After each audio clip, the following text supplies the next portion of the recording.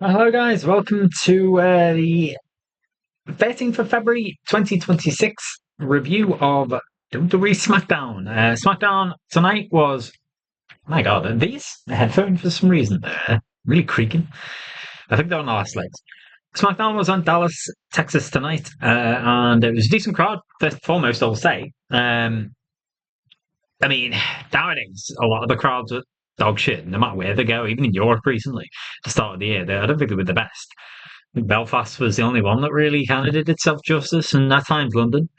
Um, but this crowd, I wasn't a barn sort of crowd, but I thought it was good. And overall impression of the show, I thought it was decent. Nothing special, but certainly not bad. I think it was better than Monday Night Raw this week, which I didn't do a review for. I didn't do a review for ever since what was it, the 3rd of February episode of Raw. NXT, I'm just kind of skipping these days. I'm still watching it, kind of. It's struggling lately because of the lack of um, stars that just got kind of pilfered, basically, by the main roster. The main roster, goddamn sure needed them. NXT, in my opinion, was the best show last year. Honestly, it was the one I enjoyed watching the most. Um, but just as a quick recap of what I missed. Not this week's NXT, but the one before that. I thought the main event was very good. But the rest of the show was kind of forgettable, but the main event was extremely good. The big ladder match, and Joe Hendry won that and became the new NXT World Champion. So congratulations to him. Two of the three main champions, main brand champions in WWE right now are Scottish. So I don't think I ever expected to say that line in my life, but I'm happy. I'm not Scottish, I'm English, but they're Brits as well. So happy for Joe Hendry. He deserves it. I did intend to do a review of Friday Night SmackDown last week and Monday Night Raw this week, but from about Friday itself up to about Tuesday or Wednesday even this week, I felt very ill. I was unwell, so I did not. Last week's Friday I thought was pretty mid. I thought it was much weaker than this one's, and Monday Night Raw was okay. This week, as I said, I thought it was okay. It had bad periods, good periods, as it happens with the 3 hour shows. 3 hours is too long, man. They're like, fucking hell.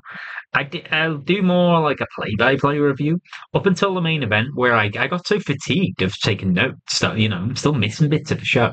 It's not like I watch the show and then go back and make notes and then go live. I don't have time to. I'm European. It's 4:10 in the morning already.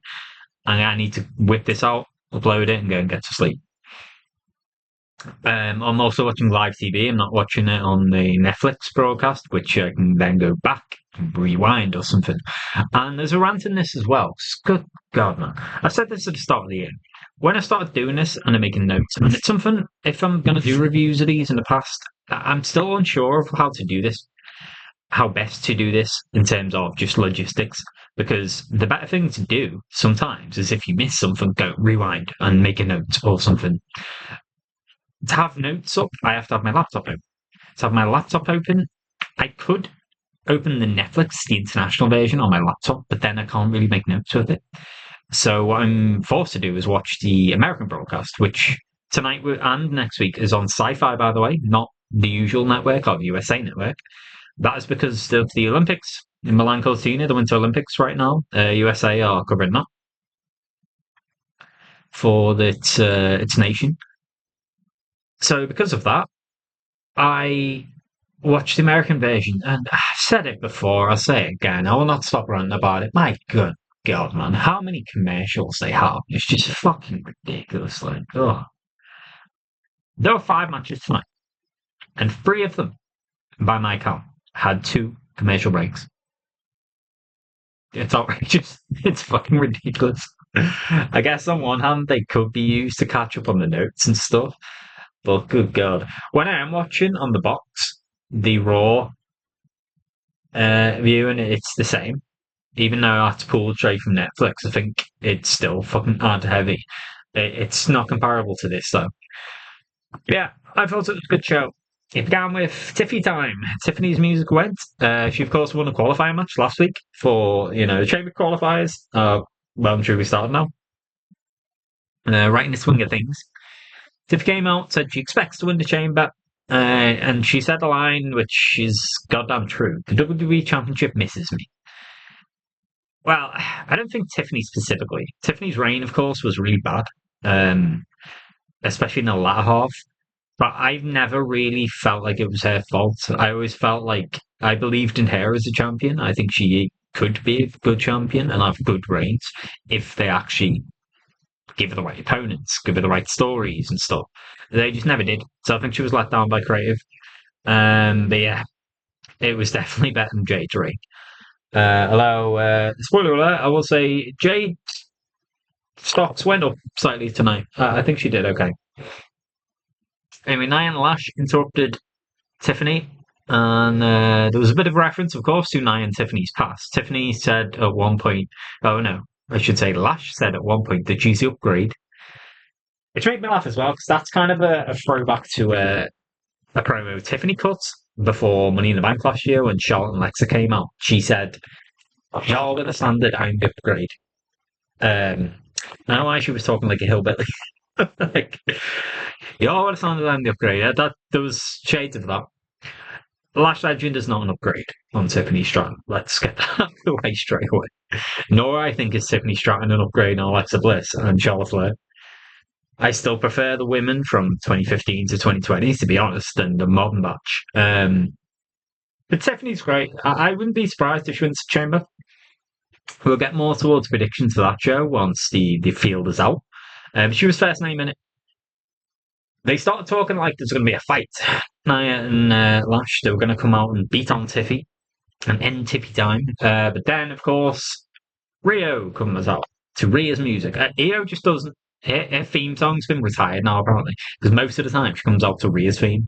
I thought they would do it like Charlotte Alexa, where they come out like with their theme one by one. But I don't know. They know Rhea's theme just going to get a big pop, and it did, as it usually does. They came out on the mic, just Rhea saying, dream on if you think you're going to win the chamber, because Nia was also claiming she's going to win the chamber. She's in the qualifier match that got announced for next week. We'll get to that when the time comes. But yeah, Rhea, I don't think will win the Elimination Chamber. Well, she is in there. She qualified on Monday by defeating Lyra Valkyria. Poor Lyra. Lyra and Bayley need to get to SmackDown. Swear to. And Ivy Nile was also in that match, who is, I was about to say, always going to take the pin. She actually didn't. Rhea pinned Lyra. But whatever.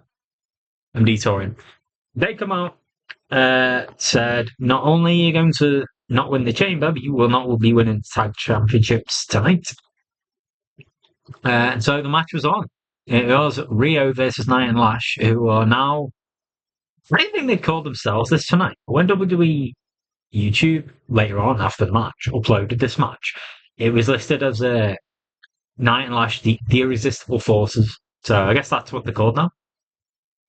Bro, fucking hell. The start of this match, the first couple of minutes was fucking dreadful. Awful. Nia wrestles in quicksand. Like, there's been times where I've been a big Nia hater. There's been other times where I'm like, oh, I don't really mind. I've never exactly been won over by her. She has good moments. I think she's a good heel. Like I remember the infamous triple threat match with Tiffany and Jade last year where Nia didn't kick out, or the ref didn't count it. Whoever fucked up. She did something that match, for example, where she went, the crowd chant, "We want tables," like fucking idiots, like they always do. The American crowds, they love it. We want tables. She goes to pull one out and then puts it back in. It turns around and he gives them. I pissed myself laughing at that point. The psychology of the heel, she's good. She seems like one of these people. It's like she's like the female Kevin Nash. When she wants to wrestle, when she's up for it, when she's in with an opponent she gels with, she's fine. When she doesn't seem to want to do it, or they put her in with someone small, even someone like Io, who's the best wrestler in the world of all the women, in my opinion, she just doesn't give anything. She doesn't. I know she's the big heel. She's like twice fucking EO size. It just looked goofy. It's the same when she's in the ring with Alexa. It's the same if she's in the ring with a Zelina, you know, a Liv. EO's doing the strikes and Nia's just, but everything, like EO's kicking the back of her legs, everything felt delayed. Her selling was delayed. Nia's just waddling around. It's like wrestling a fucking boulder, man. I felt like it's like Sisyphean tale of trying to push the boulder up the mountain. EO's trying to do it. It's just not moving. She's trying her best. And I had to watch EO suffer for a couple of minutes. Fuck it. Thankfully, a commercial break saved us. After that, Nine Lash continued their domination of the early match, as you would expect. Rhea tagged in and sent both upside. In fact, this was before the commercial break, probably. Rhea had eventually got tagged, sent both of them outside Nine Lash, and Io did a flip onto both. She did an emote, of course. She has to. And Nia got a Samoa drop on Io, which did look good. Io got isolated during that commercial break. Nia gave his stink face out. Io was reaching for the hot tag at one point, bro. Bad part number two. And again, it comes from the irresistible force. Bro, Io was down in the middle of the ring.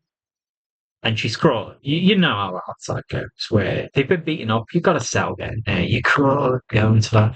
She is moving as slowly as possible. She is moving like a fucking sloth.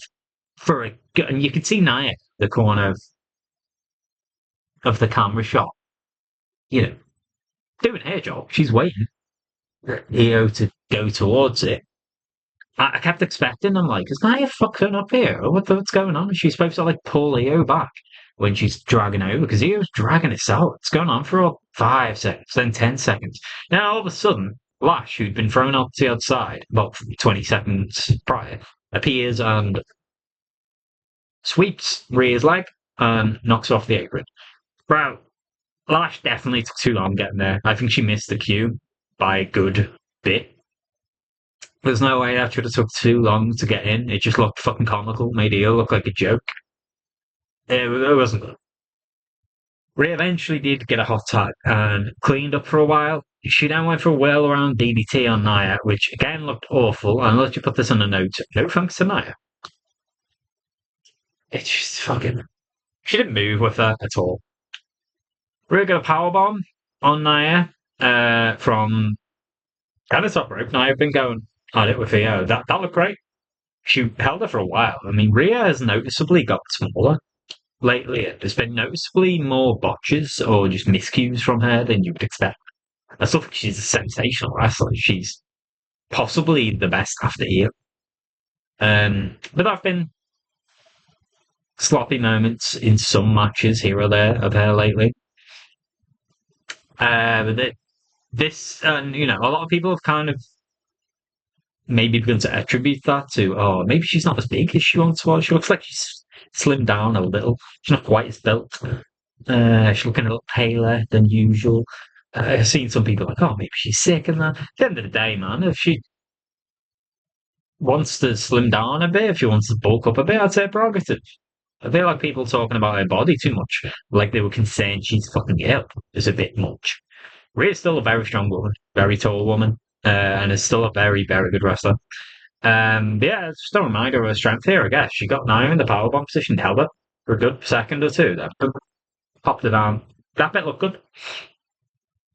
Io then got followed that up with an over the moonsault, and Lash broke up the pin by pushing Rhea into the cover. I wrote this down. For some reason, this is awesome chance ensued. This is another rant, bro. Like, these fucking American crowds, and it's the Americans, 100%, that do this. They all chant, this is awesome for anything. It's just like, this match had been fucking dog shit for the first 5 or so minutes, my opinion. I thought it was awful. And then they had a good spot with the powerbomb over the moonsault, Lash breaking the pin. This is awesome chance. What? The reason why it annoys me is because I grew up watching the Attitude Era and the Ruthless Aggression era. Monday Night Wars, when you got those chants, it meant something because it was special. Kurt Angle, Shawn Michaels match, 20 minutes in, they're going at it to and fro, they do great theatrics, gelling off each other well. You would hear this is awesome. And you're like, yeah, they've earned that. Nowadays, they chant it 5, 6 times a show at the most random, undeserving parts. Yeah, we got that somehow. Bash took EO on the outside, beat her on the outside, bashed EO's head on the table. And the referee, Rhea came out and did the same to Lash. And the ref rang the bell. I was like, bro, what the fuck was that? It was just over.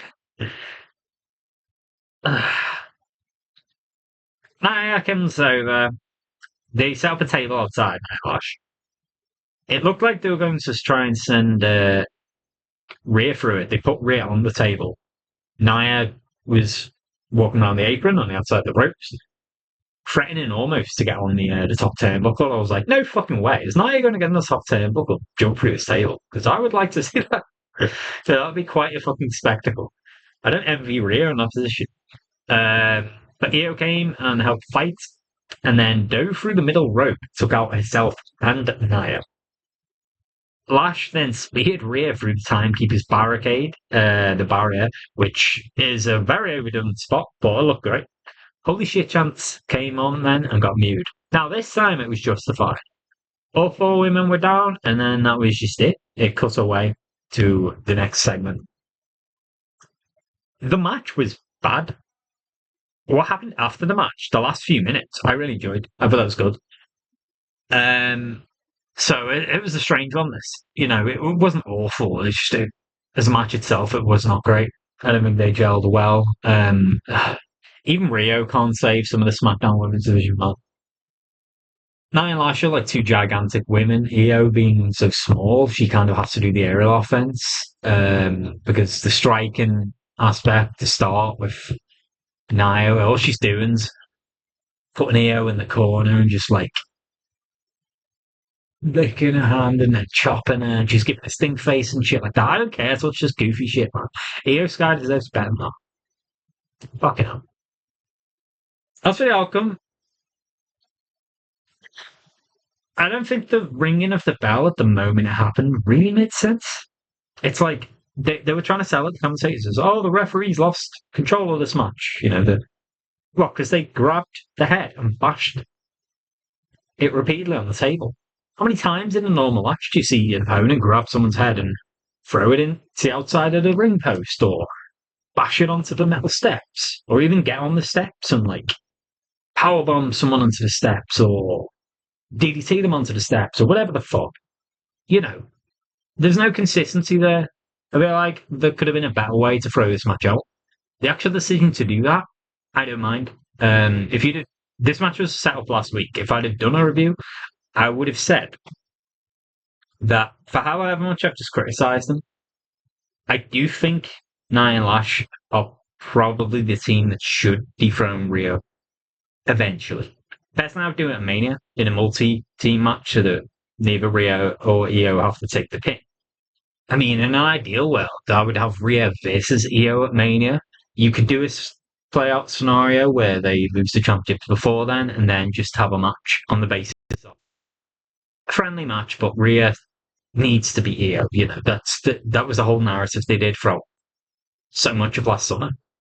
That she's done everything there is to do, Rhea. She's a legend already, Hall of Fame career, but she can never beat Io, her best mate. And it's getting to her because, a lot of people say, I've just said it myself in this video, they may well be the 2 best women wrestlers in the world. I would rank it Io number 1, Rhea number 2. I mean, there are conversations to be had for number 2, but I do think Io is number 1. When she's in full flow, she's just so fun to watch. So, it's a story that writes itself. It's a match that would sell itself. You don't really need that much of a story beyond that because it's just the 2 best women's wrestlers in the world who put on 2 bangers last year. One of them in a triple threat with Bianca, and another one just 1v1 at Evolution in the main event.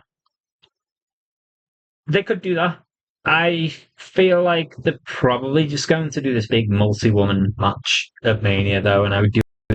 So the fact they set up this match for this week with this team, Nia and Lash, I just felt like it was way too soon to take the belt off Rhea. That would be clownish. So what they did here is protect both teams, I guess. Neither have to take a pin, and they can run the match again in future. Now, when that is, I don't know. They do a job stretching this out to Mania. I still feel like this match should never have been set up to begin with. But SmackDown has to fill 3 hours, and they need all the star power they can get, so they get Rhea and Neo on as much as possible. When you have teams that stacked and that much star power in them, even if the roster's great, it will boost it. It's the same with Raw. Raw's women's roster is already very good, but look how bolstered and how improved it was when Charlotte Alexa were tag champs and they were appearing on Raw. They main evented Raw 3 times in 6 weeks during the build up to one of the big four PLEs, War Games. So they're trying to kind of do the same in reverse now for SmackDown. It's just the problem is a lot of the women SmackDown, for whatever reason, they're just not wrestling good matches. Um, ones that I would consider to be good enough, certainly. Anyway, after this, Cody Rhodes was backstage being interviewed by Kathy Kelly, talking about, just said, don't bet against them to win the chamber. They're talking about his road to WrestleMania, of course. The big talk now from a lot of people will be the road to WrestleMania via the Elimination Chamber, Chicago. He was talking about the pressure of getting there and the big moments. He referenced at one point all the streamers who are watching and doing the reactions and shit. They're all aware WWE will showcase them sometime. I could never do this live reaction shit because it just bored me. I'd sooner do reviews. Cody, sorry, after this, Mallow was seen backstage. He ran into Matt Cardona and Apollo Crews was there again. Second week in a row, this motherfucker's appeared. They've wheeled him up catering finally. Yeah, he's clearly they're trying to get him back on TV. I'm not gonna lie, man. When he was shown last week, I'd forgot he existed. But good for him getting back on TV. Hopefully start something. They both reminded Mello they are former US champs, and both asked him for a US Open opportunity. He did say that the open invitation is always open, but not tonight. When he said that, I'm not gonna lie, I kind of forgot what happened last week. And I thought, oh well, it's just off this week then. That would not be the case. He then ran into the Miz. Mello this is. Of course, they had a match last week. Mello won it. They finally had a match after months of feuding on and off. I cannot believe it took this long, honestly. That match should have happened in 2025. Anyway, Miz said, alright, big match, I'll have to run and get a can in a minute. Guys. But Miz said he'll teach Mallow a lesson in respect. Mallow said, I hope you teach better than you wrestle. Which, I mean, someone has to say. Yeah, I don't like to disrespect Miz much. Miz is one of those guys who's I've never really liked, particularly. I've never really disliked. But given his longevity, I respect him. Even though he's never been over, he's never been one of my favorites. Same with Natalia, do you know what I mean? Or someone like a Big Show, someone who was there for many years when they are pushed hard or in the championship picture. I don't really give much of a shit, but they were versatile enough and they've been there long enough that you appreciate it. But as an actual wrestler, Miz is offensive dog shit. So yeah, when I said that, I was like, well, I mean, he's too wrong. After this, we had the vignette, Alistair Black and Zelina Vega. Alistair Black was in the Elimination Chamber qualifying match last week with Randy Orton and Solo Sikoa. What I thought was a decent match, decent main event. And he paid respect to Randy here, questioned. He said it was shades of the '09 Viper back. Man, that was a great version of Randy Orton. I still don't think it was the best version of Randy Orton, though. And I know I'm biased here because when I was watching seriously regularly, I fucking loved Legend Killer Randy Orton. That's still my favorite Orton. Yeah, a lot of people love '09 Orton. The end of that match, I'll just touch upon it because I didn't do a fucking review of the show, I guess. I saw it coming when he stood up and Solo's behind him holding the fucking spike. when ready for the Simone Spike. I saw it. He's kind of backing off a little. He got close enough where I was like, he doesn't have room to turn around. There's going to be a and then the RKO. Just doesn't think of it. Um, that was a great finish to that match. Black played respect, but he questioned what would happen if Cody was also in the chamber. He qualified tonight. Is he going to try and get in Randy's head? Try and bring the voices to the forefront? A bit of Bray Wyatt esque promo from Alistair. He said if that's the case, and they don't work together in the chamber, Randy doesn't win the chamber. He says he may see Randy soon. So, did we get a tease for an Alistair Black and Randy Orton WrestleMania match? Possibly. You can't rule it out. A lot of the reports now are saying that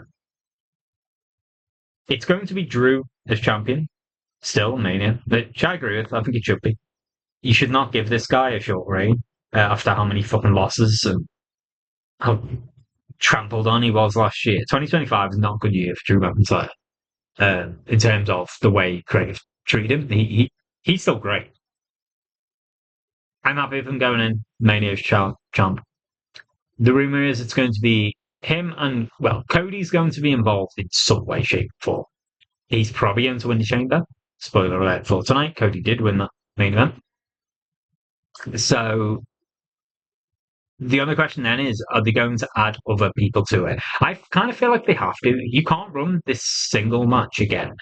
A lot of the reports lately for why WWE moved against their original plan, which allegedly was Roman versus Cody free for the Smackdown title, the WWE Undisputed Championship. And then there's going to be the World Heavyweight Championship. CM Punk versus Cody versus Bron Breakker.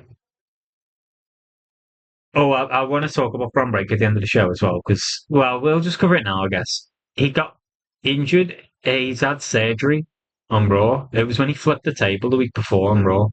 So that's jeopardized his Mania chance potentially against of a match with Seth Rollins. Let's hope Bron Breakker's back. Best of luck to him. Hope his recovery goes well. Praying he's back for Mania because, my God, that fucks up a lot of things if not. Thoughts with Bron Breakker. Hope he's back soon. The question now is, are they going to add men to this match? Because the way they moved away from Cody Roman was because they said that there may be fatigue. They've met 2 times in Mania in a row. They did not last year, but then Triple H had second thoughts about doing it for a third time in 4 years. I mean, if you say it like that, Rock and Austin took main event, the main event, the last one, but they fought each other 3 times in 5 years at Mania. There's no comparison to this feud. Rock and Austin were 2 far greater wrestling stars than Cody and Roman. I don't give a fuck what any of these modern kids say. And yes, call me an attitude or a boomer. Rock and Austin was on a fucking different level, both individually and together. If the feud is good enough, you can do it. I'm still glad they didn't do that. But if you're going to cite audience fatigue, how the fuck are you going to do Cody versus Drew again, 1-on-1? How many times did they meet each other from like SummerSlam to the start of the year? And they're still like interacting a lot, beating on each other a lot. Jake Fatu's been heavily involved in the storyline recently, so I'd expect he will be in there as well. Does Randy fit in there? In my dream scenario, I would put all 4 of them in a fatal 4-way. I would get Randy in there somehow. Have him turn heel, maybe even on Cody. Or just fucking pull Cody out of it, which they'd never have the balls to do, let's face it. Have it be Drew versus Fatu and have Cody versus Randy. You could have one of them turn heel. I don't mind either, honestly. I think they're both. Well, I think Cody's probably a better face, but Cody needs to turn heel soon. I think it has to happen. There has to be some kind of refresh to his character. And Randy, this story of will he turn on Cody Rhodes? Will there be a division? It's been happening for years now. It's got to happen this year. It has to. The only question is when. If all that doesn't happen, I don't think a lot of people would want Randy Orton Aleister Black for Mania. I don't mind it so much. With all due respect to Black, I think a lot of people would hope for bigger and better for Randy, i.e., the main championship. But yeah, I don't see him being involved in that match. Honestly, I think they'll do a triple threat between Cody, Drew, and Fatu. And it's the way it's looking like it's leading. Um, so where does Randy go? Who else would he take on? I don't think it's a bad idea to try and elevate Aleister Black again. Zelina also spoke during this because she had a match that night, two nights. She was up against Julia and Alexa for in an elimination chamber qualifying match. She claimed that Julia has her title. Of course, Julia won her first US title reign off Zelina. Zelina's never challenged for it since she failed the rematch in what was a great match night before SummerSlam. She also referenced Alexa's fragile friendship with Charlotte and wondered what will happen if she pokes the porcelain egos when she sells, or the porcelain nature of their relationship, their friendship, something like that. Typical heel shit, of course. She's trying to get under the babyface's skin. She said, "Change will happen tonight." I'm sorry to say, Julia, and it's not just hindsight. Zelina, sorry, it's not just hindsight talking. You and I've got this match. Zelina was in this match to take the pin. That is where the company sees her. Unfortunately, I think she's better than that, but there are levels. Put it that way. But I like this. I like them as a two. I don't think either of them are amongst my favourites by any means. I don't think I'm sold on them yet. Even this new gimmick they're doing, I think it's a better direction for both of them. Alistair and Zelina, this is. I think their presentation is great. Their theme and the entrance, I like it a lot. I'm open to being sold to it. I'm just not quite there yet, but I'm still open to it. So yeah, both on TV in the last couple of weeks in these chamber qualifiers, it's a start because they've done nothing since the fucking David Priest feud had ended, which was 5-6 weeks ago. We then cut back to Mello, who'd made his way out to the ring. He started referencing his reign, how many days he'd had. I think he had 48 days. He was bigging up his reign, and rightly so. If there's ever going to be some ego involved, it's now, because he has been the best part of SmackDown shows for much of this 7 weeks. He was saying, yeah, about 48 days, however many defenses he's had, banger after banger. He then announced he was going to be in an Elimination Chamber qualifying match next week, which was made official later on. Said he's targeting the main event. That's, if Mello doesn't miss, why not shoot high? He then offered Ilya Dragunov an opportunity. He was talking about the US Open Challenge so much, and I thought where this was going to go is he's going to say he's going to close it soon or cap it a bit more, which kind of makes sense. I think a lot of people's plans, including my own, I would like Mello to go into Mania as US champ still, and take out Trick and have Trick dethrone him there, because the history those two guys have, Trick came in as like a muscle for Mello. Like they had a rivalry. They had a big stand and deliver match in 2024, which Trick won. It makes sense for them to be each other's opponents. They're both kind of on a similar level right now in terms of, the stocks have gone up this year. But if you keep doing US Open Challenge, are you going to be able to do that? How many people can Mello go through feasibly? Or if you drop it off them sooner and then have them win it again later on, I don't think it would work. I don't really see a point of dropping it off them to just stick it back on them. Similar to Julia in a US Championship. The only alternative then is have them drop it to Trick sooner and then have a rematch at Mania. Maybe have Mello win that, win it back there. But I don't see that either. So who knows where this will go. We had an indicator afterwards, though, because presumably they're both going to be a little busy over the next couple of weeks to maybe this is the WWE's way of trying to decondition fans from expecting a US Open match, but not fully shutting it down. Spacing out a bit more because it was pretty much every week. Not full on every week, but you would have like 3, 4 weeks in a row, then a week off, then 3, 4 weeks in a row, then a week off kind of thing. Ilya came out and it looked like we were going to get a match, but then Solo Sikoa and the MFTs came up. The music went. Um, they got he's got in a promo. Solo said Ilya's lost twice, albeit of course the second time was via Miz interference. But he didn't specify that. He said Ilya shot and he missed. Told them to get to the back of the started line because the line started so on. Ilya and Mello asked for a fight for the tag belts. And we're saying, they were like, hey, you look like you come out here to fight. Well, how about we come out with another belt? This is Mello. He's trying to become a 2 belt champ. The MFTs, of course, are heels. So they did not agree. Solo was basically like, looked at him like, oh shit, you've done it now. Clicked his fingers, all his MFT cronies got in the ring, started beating down on them. Cardona and Apollo then came out to help. And they began to get overwhelmed.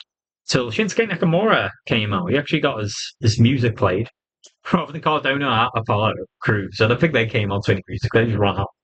Shin got his music playing. There's a goal. It's a banger. He helped them turn the tide. The 5 of them get on top, clear out the ring. And as the MFTs stood on the IOA, Nick Aldis came out. He loves this shit. You can't have a Smackdown without Nick Aldis coming out into the stage and making an impromptu match. He's almost like fucking Teddy Long at this point. Yeah, he came out. He made a 10. Who the fuck asked for this? A 10-man tag match between the MFTs and Carmelo, Ilya, Matt Cardona, Apollo Crews, and Shinsuke Nakamura. It's like the most random match I would never expect to happen tonight. But you know what? From what I saw, it was good. I enjoyed this match. After the second commercial break, I will say. And yes, I said that correctly. After the second commercial break. And it begins. It begins the fucking feud. How the fuck am I supposed to review this shit when I can't even watch it, man? And, American TV formatting baffles the shit out of me. I do not know why it works this way. It's so weird. In Britain, you have very often half-an-hour shows, which are relatively about 27 minutes because a show will start on the hour. All right, let's cover an hour here. So say it's 2 o'clock, 2 p.m. Starts 2 p.m. It'll go for an ad break about 12 minutes past 2 for like 3 minutes. And then the show will run until about 28 minutes past. So I guess the show until about 25 minutes, whatever. Run until about 28 minutes, then you have a couple of minutes ads into the next show. And then it'll do the same. In America, it's weird. It's like you have an ad break at 40 minutes and then a 45 minutes. And then when the one show finishes, the next show just starts. I guess they maybe want to keep audience retention between shows, which kind of makes sense in a way, but still, the way they structure these ad breaks sometimes in the show is fucking weird, man. I would sooner skip entrances. I don't even like that. It's not ideal. In an ideal world, we'd have no fucking ad breaks. When they went to Netflix, did anyone expect that surely that would have been one of the big selling points to fans, or the expectation of, oh, they're on Netflix now. They don't have to cater to ads. Now, 2 ad breaks in this fucking match. Like, it start. All this came out set the match. We didn't even see the fucking first couple of minutes of it because it just cut to ad breaks on Sci-Fi. After it came back, barely anything happened because it was like 2-3 minutes before I had another one. Cardona was out there fighting with someone. I think, in fact, it was Apollo Crews.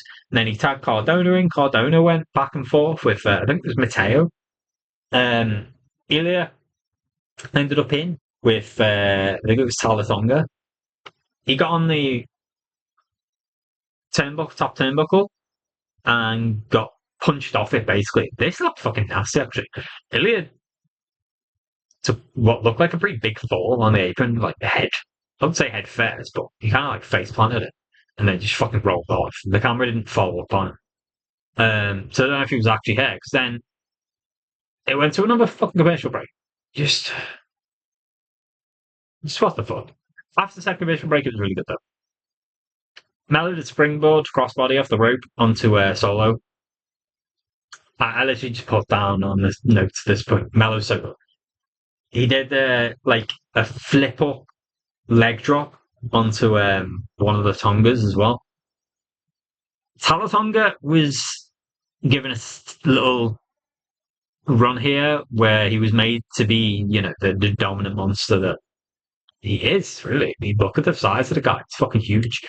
Um, you can always tell when the company's trying to position. This is the only reason I would give Nia Lash the honor of dethroning Rio, by the way, because you can tell when the company is kind of behind someone as a long term investment. They're the same with Lash, so I just expect Nia Lash to kind of take it in the end. And I'm just accepting of it. Because let's face it, someone like Bailey or Lyra as a team is better. Same thing with Talatonga, really. I'm not really. I don't give much of a fuck about any of the NFTs. It's not like I dislike them, I just don't care. But you can see something that they're trying to tap into. So they give him some big moments. He did a double choke slam to Mello and Ilya. He caught Mello out the sky when he went for a springboard. And then Cardona and Apollo Crews went after him. They get him out the ring. It took quite a lot of men to get him off his feet. They're all kind of diving out of the ring trying to get him off his feet. By the end, after like three guys have gone out, they finally do it. There was a whole sequence where I really like this. It was like one man will come in, take out a member of the opposition team, and another member of the opposition team by that point has kind of rallied and takes them out, that person out, and then one after another, one after another. Kind of like the fucking opening scene of The Dark Knight. Bancroft, where it's like clown taking out clown. It was like that. But a lot of these spots look great. JC Mateo, man, Scott, gives a fucking great German suplex. I love this shit. It's like Chad Gable. I always love someone who gives a German where they kind of lift the person, hold them there for a second, and then just slowly go. He did it really well. I think it was to Apollo. Eventually, there was a H-bomb by Ilya onto Mateo. Solo broke it up. Malo got in position for nothing but net. But he got thrown off the apron by one of the MCs. I don't know which one. And to right to Solo to go with Spike. Tamatonga had already hit a blind tag when Malo was going on it with Solo. So unbeknownst to Mello, he then gets in, hits a cutthroat, and I think he did pin Mello himself. So Tamatonga, there was a big tease for quite a while. He's going to go after Ilya when he was holding the US Championship. And as far as I'm aware, he never did have a match. Are they going to do that soon? Possibly. After the match, and the MFTs are all stood in the ring celebrating, and the lights kind of dimmed, and a big spotlight got shown onto a section of the audience in the rafters, almost in the box where the Wyatts were stood. They didn't say anything. It looked like Hardy was holding the mic. So I don't know whether did it cut to an outbreak after this part. I didn't actually write it down. Maybe he cut promo there. I don't think it did. I think it just cut backstage actually because we'd already had two commercial breaks during the match. So it's kind of weird. They just appeared and just stared. But they would communicate with the MFCs later on. Like I said, I don't care much for the MFCs. I like some of the guys in this match as well. Mello and Ilya especially. But the MFCs have to win this. They are the team. They are the faction. They couldn't lose to a fucking makeshift team of 5. One of whom, Apollo Crews, has been missing for the last fucking however long. I don't remember the last time I saw him before last week. It had to happen. I'm just surprised Mello took the bit. For this, we had a recap of the Royal Rumble, because neither Charlotte or Alexa were on the TV show last week, which is a surprise because they were in Charlotte, North Carolina. I think Flair was in at the Super Bowl. Or she was in San Francisco for something. I'm sure I saw. They did a recap showing the miscommunication between the two, which led to Alexa getting eliminated early in the Rumble. Cuts backstage. Alexa stood there getting ready for a match. Charlotte came over and tried to apologize. Alexa said, "Listen, don't worry about it. It's everyone for themselves in the Rumble," and she thinks it's Nia that eliminated her. But still, she's saying these things. But she's still Alexa's a good actor. She always has been. You can see she's still unhappy. She's still a bit off. And she kept this body language kind of throughout the night. You could sense the division coming. It's happening soon. What direction they go in it, I don't know. We'll talk about this after the match, guys. Charlotte handed over some flowers. She said, "Oh, what's your favourites?" I think it looked like dead black roses or something. Again, is that a reference to Dark Alexa, the dark side of her coming out? She also handed over a signed picture of herself because, of course, I like that they play up to this. Everyone had this hatred and this go away heat towards Charlotte after she came back, wasn't it? It was an awful decision to give her the Rumble the second she came back. She went straight to the title scene, took out Tiffany, etc. I like that during this face run with Alexa, we've seen a different personality. We've seen Ashley Flair more. They tap into the Charlotte has an ego. It's the queen. It's all about the queen. They tap into that as a source of comedy. I like that they do that. The segment was a bit cringe, a bit corny, but it is what it is. Like, it was still fun. It was harmless fun. Charlotte said she'll be ringside to woo, and then she said, "See what it did there, Alexa for Galentine's." A part of me died listening to this bullshit. Galentine, is that the thing that women say? No, Galentine's. Yeah, it was the day before Valentine's Day, so they continue that theme later on in the show, which I'll cover when we get there. Um, I like that they reference real world days sometimes, stuff like this. Like they did the same in they do the same Christmas, they do the same during Thanksgiving, which is American only, but it is American show. They do the same with Halloween. Went to commercial break. After I think it was announced, and this Stone Cold Steve Austin, Kane, RVD, Road Dogg, and X Pac are amongst the legends expected at WrestleMania World during the WrestleMania weekend. They'll, I imagine, be doing stuff like signings, various other things, meet and greets, etc. Maybe some podcasts. Expect maybe Stone Cold to appear on something like the Stephanie McMahon podcast or the Undertaker podcast. That's something that needs to happen. Taker appeared a few times on Austin's podcast. It doesn't surprise me if he's called in a favourite life. So yeah, I'm really hyped for that weekend. Hearing from some of the fucking OG legends. Can celebrate Road Dogg as a wrestler again as well. Not malign him as a book, which would be nice. Loved all 5 of those guys. Kane, Austin, RVD, Road Dogg, X-Pac. So it'd be great to see them. But, I mean, RVD though, we'll say this guy's a fucking, for what he does outside the ring and what he says. I know he's a stoner, so he probably doesn't even know what the fuck he's saying half the time. He was defending Roger Jackson a while ago. So I'm kind of actually surprised they've got him on there. Whatever. I'll just think of the wrestler RVD when I'm seeing him in all this media over fucking Mania weekend. We then cut to, speaking of continuing on the Valentine's Day theme, cut to Nicole stage with R-Truth and Damien Priest. He set a match for next week. It's a good looking match, this. Damien Priest versus Carmelo Hayes versus Trick Williams. This will be the last elimination qualifier from Smackdown. Kit Wilson then interrupted. He's dressed in pink. He's complaining about Oba coming out and beating on him last week. He had a pink based book, which I think was like the Valentine's theme, and he started cutting some poems that were Valentine's Day inspired. I didn't write them down because I was too busy watching it. Like I said, I don't have a rewind button, so I didn't go back. But I love the segment, man. I thought it was fucking gold. They did it twice over. Um, all these poems would start like "Roses are rare, violets are blue," blah blah blah.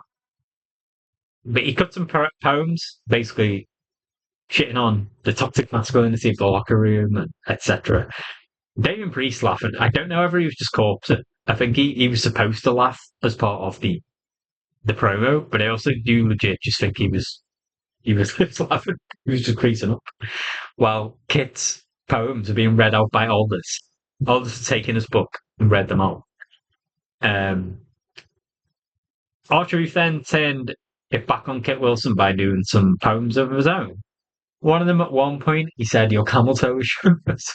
I need to watch this segment back, man. I love this segment. I was laughing my ass off. It was silly, it's goofy fun. It was very like the lowbrow kind of Adam Sandler film humor, but who cares, man? Like, have fun with it. It was humorous. That was our little segue because then we had the women's chamber qualifying match. Alexa came out, accompanied by Charlotte. Charlotte earlier on had said she'll be ringside, of course. The second she said that, I thought, well, Alexa's not winning this because Charlotte's going to do something unintentionally or intentionally, whatever way you want to look at it, whatever way Alexa wants to look at it, to cost her the match. That would not be the case. Alexa will win this match. Um, Charlotte, by the way, good God. I mean, I know it's Valentine's Day, but it looked like she had plans immediately after the show. She was dressed nice.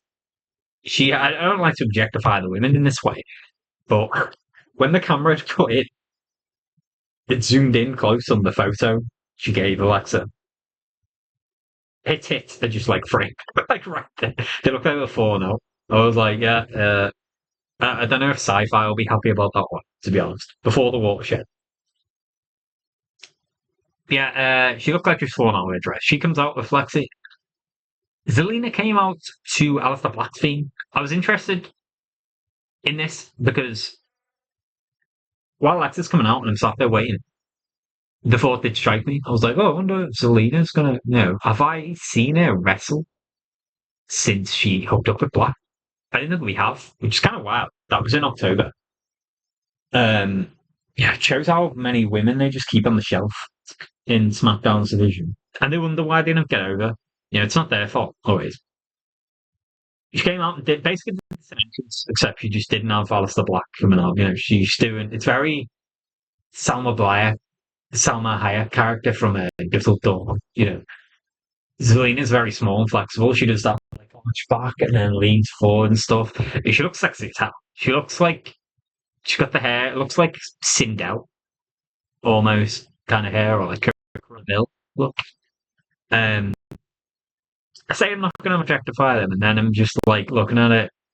I'll be honest, I'm like, damn, Zelina and Alexa in the ring. This is we're dining good tonight. But yeah. Then made her entrance. I missed that. I was having a shit. The match began with all three going for early pins in sequence, but that was pretty decent.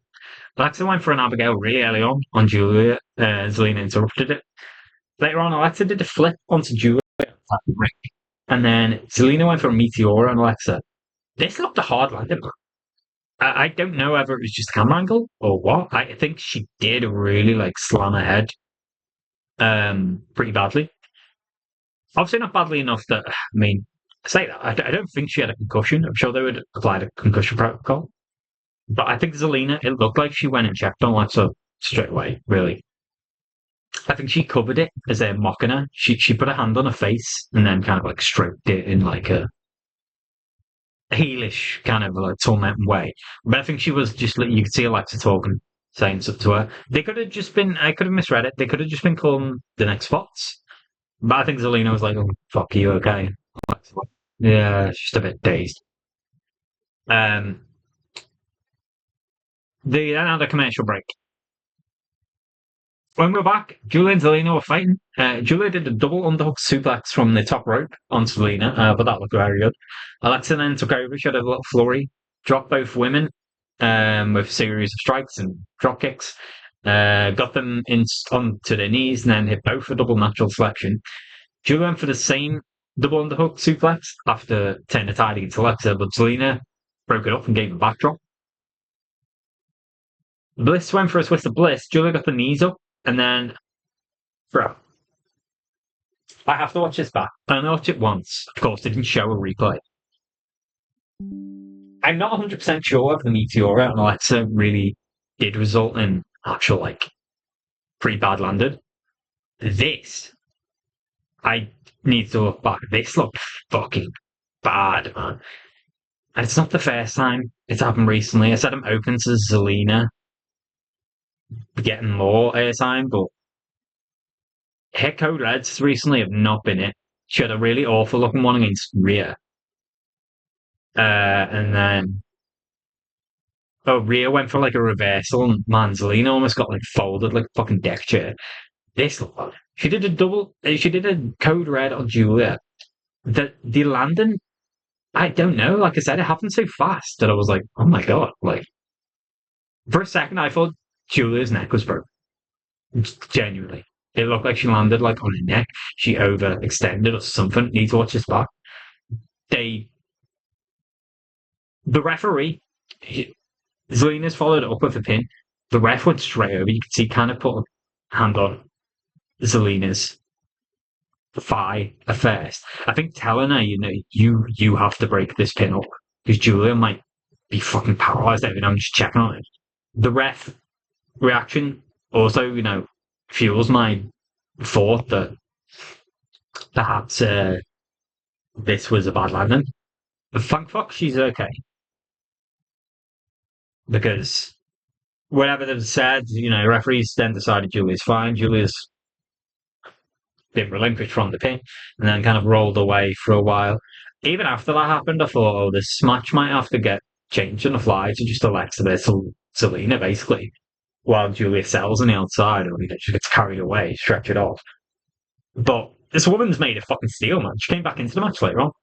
Yeah, this looked really, really bad. When Julia eventually was back in the match, she delivered a Northern Lights bomb on Alexa, which probably would have won, but the pin was broken up by Zelina. Kiana then interfered, or tried to interfere. It was the most nothing interference I've ever seen from a ringside influence. Like, she just kind of like was an X and fly Zelina. Was like, fuck off. Like a matador, Zelina dodged Julia's attempted dive to take her off the ropes, and Julia just went straight out. Zelina threatened to do a suicide dive through the middle rope to Julia as a follow up, or Kiana, yes.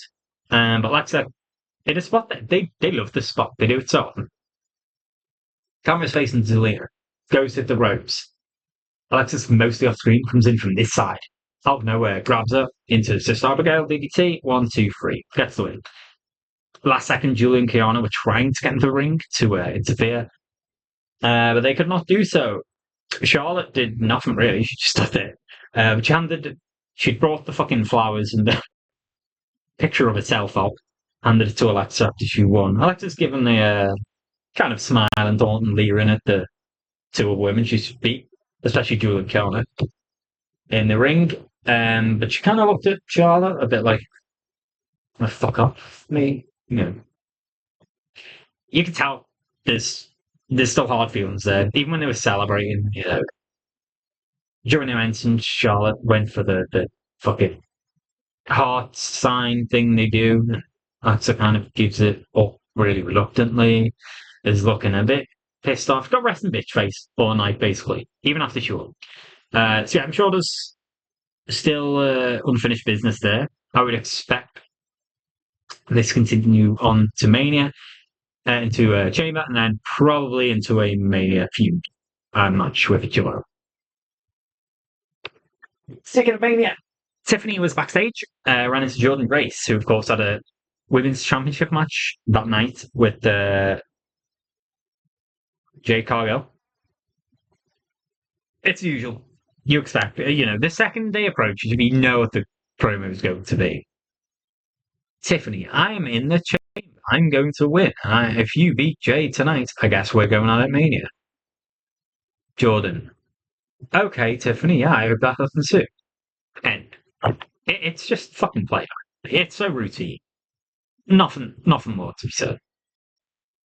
Chelsea then appeared being pushed by Albert. She's in a wheelchair. She's got a cast on, which was a reported broken ankle recently. So that's unfortunate. Chelsea's back up and running soon. Broken ankle. I imagine she's going to be out of action for maybe like a month or so. She demanded an apology because, of course, she sustained this injury. I don't know how, but it was in the match last week with Tiffany and Lash. Tiffy said she will give her an apology if she can step up to her.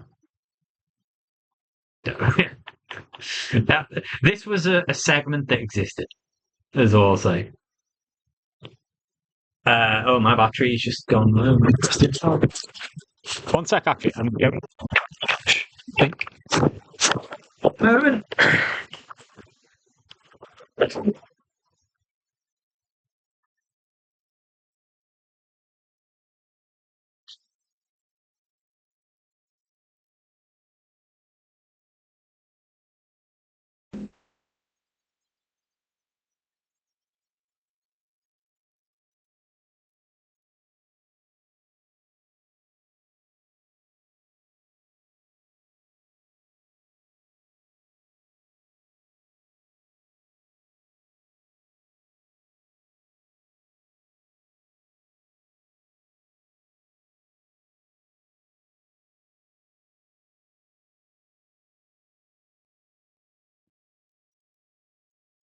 I guess I didn't even kind of the match as was it good, was it bad, etc. I don't think it was great.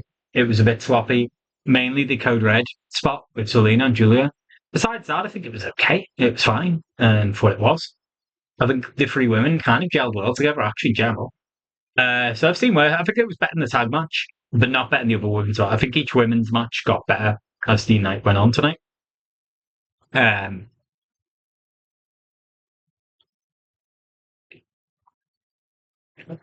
After I cover that final women's match tonight, I guess we'll go on to talk about the Chamber and the future for the women's title.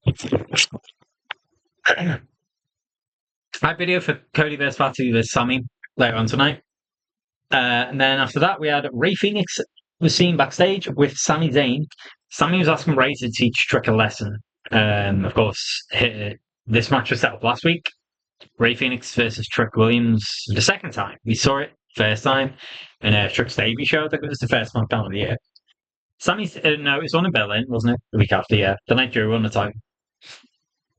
Sammy said Ray's words last week about Sammy inspiring the locker room meant a lot to him, and he's going to carry that into the main event match. Trick kind of interrupted the promo in a way, and the commentators referenced this.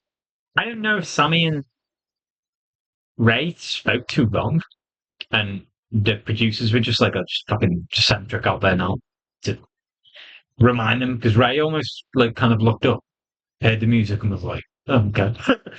They got cut off like mid-word. He's like, "Oh, I guess that's my cue." Shit. Or maybe they're doing it as part of, Trick's heel character, because Wade on commentary was like, "Oh, looks like Trick's maybe jumped the gun. He's had enough. His music played early. He cut them off." Trick comes out, always gets great entrance. The Whoop That Trick crowd are really going on it with the chant. Excuse me, got a little promo on Sammy. Called him Mr. Can't Get the Job Done, never brushes his hair. I think. Did he say at one point, breath smells like $10 ass? Trick's great, man. Trick was honestly the best part of the show, I think. Or who the fuck in 2026? I'm sat here considering maybe the Kit Wilson poems were the best part of the show. Actually, who'd have guessed it? It was between those two, though. Because I really like this promo, man. Trick is just money. Like, he's fit SmackDown like a glove. He's hit the ground running. It's kind of wild to say. I mean, of all the NXT call-ups, Trick is probably the one who's settled the best. It's an unfair comparison to Ogre, I think, who was kept off screen up until the Rumble. And since then has just kind of been floating the shows, the teasing, which one will we sign up? And of course, they have to pace over better anyway, because they're gonna have him just destroy people and build, build, build. Like a monster, kind of like Gunther. Um, yeah, Trick has just been hitting home runs every week, man. He said, if Sammy wants to give Salas a dog story, then yeah, no can do. They went full. He promised to win the chamber, and then Ray Phoenix kind of got a model of him for revenge because it looked like his music cut a little early, cut Trick's words off, and he interrupted. No sooner had the match began. In fact, I don't even think the match had begun. There was a fucking commercial break. And I'm just like, what? And then they came back for about 3 minutes, the fucking commercial. Trick was dominating. He's hitting his kicks, his spin kicks. He got pretty much one-way traffic offense. And then another commercial for another 3 minutes. I was like, what the fuck? This match just started. We have a 3 minute commercial break. 3 minutes of Trick just doing his thing. 3 minutes commercial break. Ray Phoenix had no offense for about 10 minutes of fucking time. Like, just ridiculous.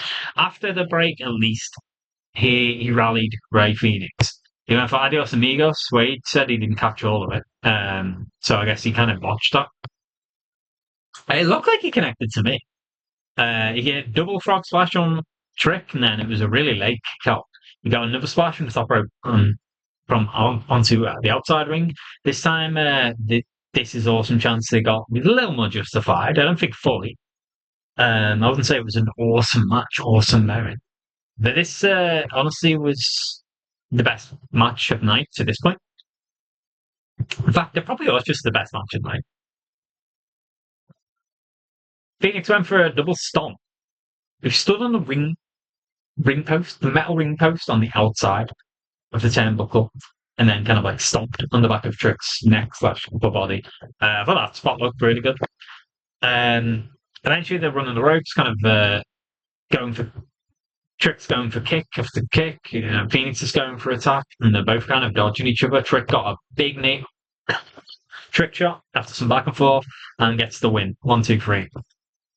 It's went decent amount of time, but so much of it was lost to commercial break that I feel like the only real segment we were given where I could actually sit down and enjoy it before it just taken away by an ad break was the end salvo, which I thought was really good. I thought both of them worked well together. I thought it was a more competitive match, which is ironic given the fact I watched like 9, 10 minutes of seeing no offense from Ray Phoenix. But, 6 of that was just not watching the match. Kind of ironic for me to say that, but I feel like there was the fact that it was given another like 7, 8 minutes or whatever it was after it got back. And there were a lot of back and forths. And Ray Phoenix had a real good salvo for a few minutes where he's kind of hitting Trick with that. And I like that. You can't bury Ray Phoenix completely.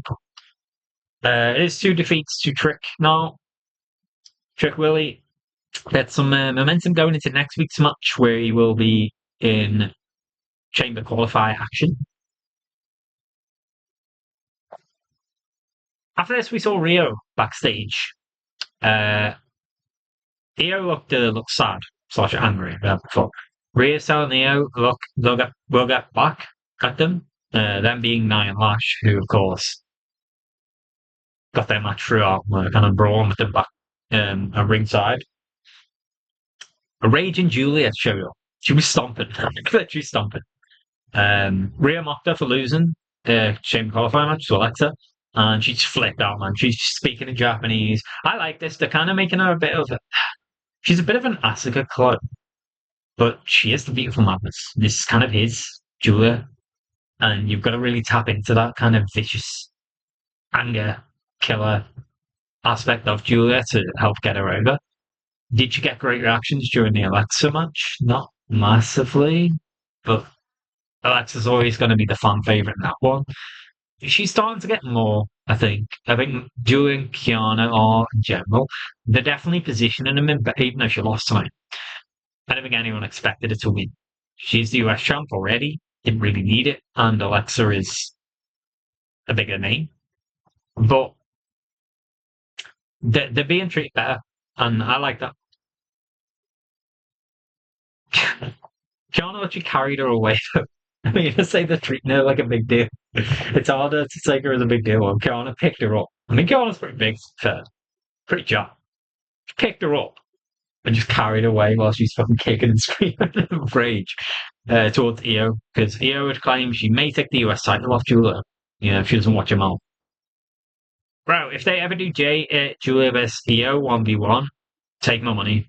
I'll happily see that. I'll watch that any day, any fucking time. Yeah, I don't see it happen. That would make no sense. Io's already tag champ. She's on Raw, not SmackDown. Hey, if they could have her go for that, win the belt, go to SmackDown, by all means. SmackDown needs help. Jade then appeared briefly and stared down the tag team champions, who stared back for a second or so before she wandered off. There was then a Jordan Grace vignette before their match, detailing just their general journey, her accolades, talking about being Knockouts champion 3 times. Oh, by the way, I think there is a new TNA Knockout champion tonight, I heard.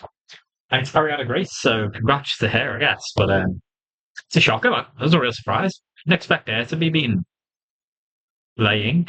But yeah, they must have done some big pay-per-view tonight, Saturday show.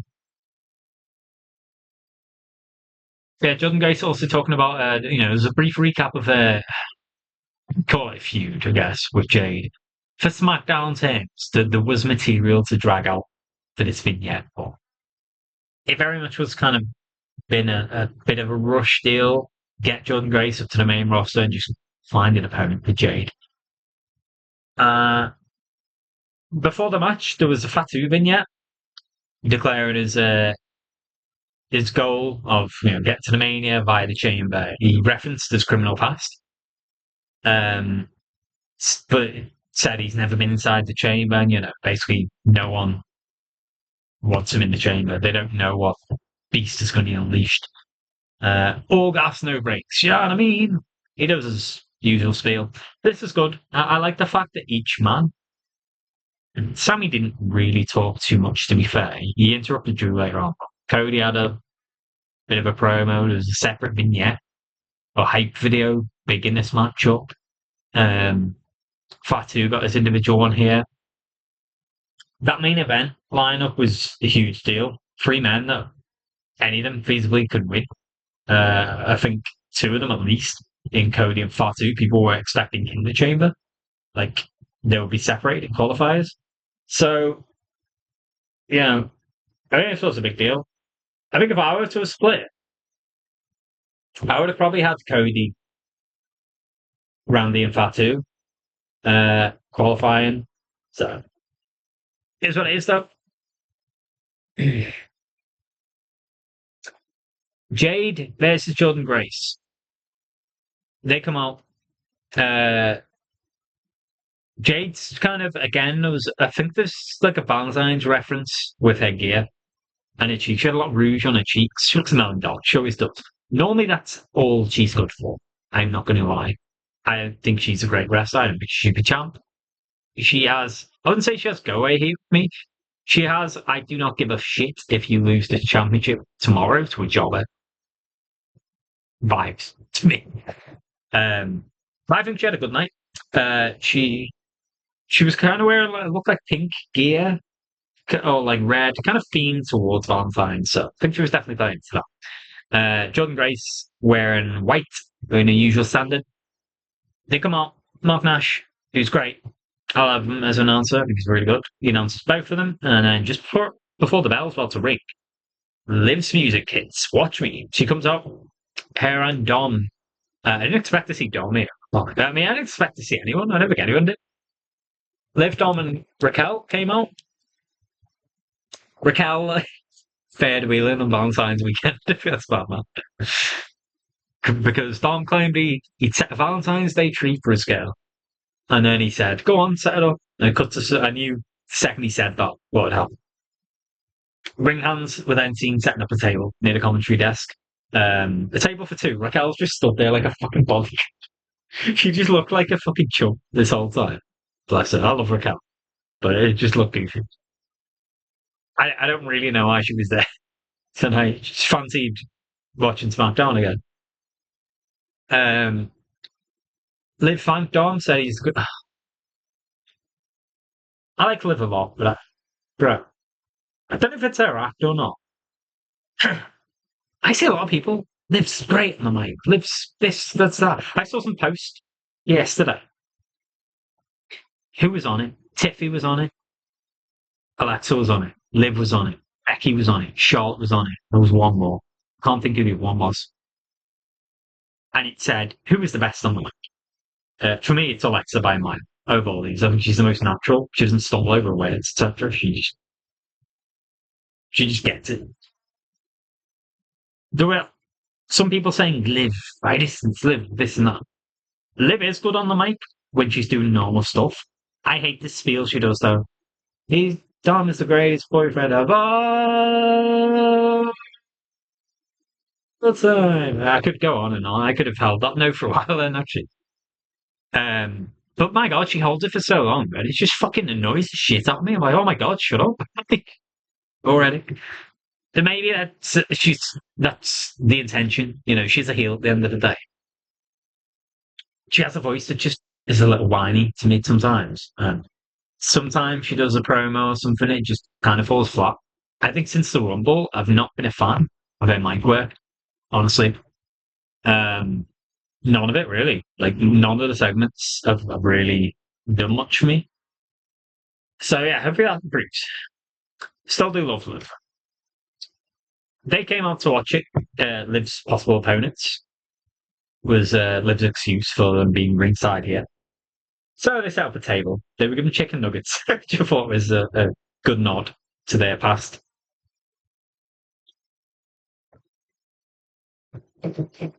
I didn't expect Jordan Grace to dominate so much in this match, which she really did.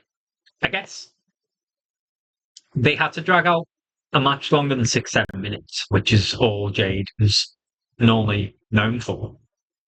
I think Jade's longest match ever is 13 minutes, which is fucking insane. This went, I would estimate, about 10 minutes maybe. And Jordan Grace dominated most of it. She caught Jade in a sleeper pretty early on. Jade rolled out the ring to try and get off it. JG was up against the ring post and avoided a chop from Jade. Moving on the way. Jade looked like, man, this looked like a fucking head. She chopped the ring post hard.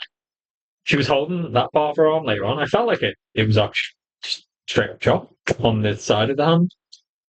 But I guess not. JG went for a push flip off the table. Jordan Grace is such a good wrestler. I gained a newfound appreciation, I think, for just her wrestling skills with her carrying Jade Cargill to a good match here. She did most of the work. She ran, pushed herself off the table, and then flipped. Oh, but Jade went for did a backdrop onto Jordan. Oh, it looked like this was supposed to be over the ringside barrier. Obviously, even put back up since Lash fucking demolished Rhea for it. It looked like she was supposed to go right across, but she did. She kind of fell short. I guess there was just a miscue where it stood. Or maybe it was supposed to be like this. I don't know. Either way, this looked a bit rough. She kind of landed right in her lower back, Grace, and just flopped over and disappeared up sight. Jade then approached. This was kind of funny. She's wandered over and stole a nugget off Liv's plate. Liv's like holding her fucking heel up like that. And Raquel's kind of getting in her face. Dom's just like, eh, what the fuck? Then cut to a commercial break. When it came back, it showed Dom, Liv, and Raquel inside again. Dom picked up a little miniature bottle of the champagne they had. It has a face on it. It's kind of funny. And then I assume it was champagne. I guess they're trying to get across it's wine. Joe Tess was having none of it though, because Wade was like, it's Dom, it's Dom. Obviously, buying Dom Perignon. Is Dom Perignon champagne actually? Maybe it is. I was thinking wine. I think it is champagne. Someone let me know. Anyway, back in the ring. The Valentine's action continued because Jordan Grace went up for Jack, gave a jackhammer to Jay. And I'm not gonna lie, and shit happens. It's something I wouldn't normally comment on if it's something inconspicuous or something, but this one was kind of bad, and especially egregious. She gets up for the jackhammer. It looked like her hand was full on just cupping Jade's pussy straight up. The nether regions. She did the move, and then I'm like, yeah, that was a bit awkward. Then we had a JG spinebuster, and then a Jade hit spinebuster, and then it was a driver from Jordan. There was a lot of back and forth. The two were trading blows in the middle of the ring, and I'm like, damn, man, it's actually good. I did not expect this match to be good. John Grace got Jade up on her shoulders, going for finisher driver. Jade escaped, she got loose of it, and then hit. This looked great. A single-handed Jaded, because she's selling the effect of the handed chop. Jordan Grace obviously goes up with her and helps her a lot, but Jordan's not a small woman. I mean, she's not just small in height, but she's fucking jacked enough. Jade gets her up, kind of one hand, the other one's not really doing much, and then gives gloves to Jaded, gets the win. 1, 2, 3. She then approached Liv after the match and threatened her. She was like, if you choose me for Mania, that's going to happen to you. Liv just didn't give a shit. She kind of laughed in her face, as she does. Liv's great. But yeah, man, I think, as I said, Jordan Grace's stock, despite losing here, really went up. It could be dangerous, when you promote someone from the NXT and just throw them in a title match straight away, or throw a title on them straight away. There's always an element of danger there. You wear them out or just kind of kill them right from the off. I mean, my God. I guess it depends on what they're doing with them, but look at Tony Storm, how badly they botched her. Tony Storm's became a legend in AEW. But I think JG looked great here, wrestled well. And credit to Jade too, as well. I'm saying Jordan carried the match. There's something she did with MVP by far, did most of the work, and looked great doing it.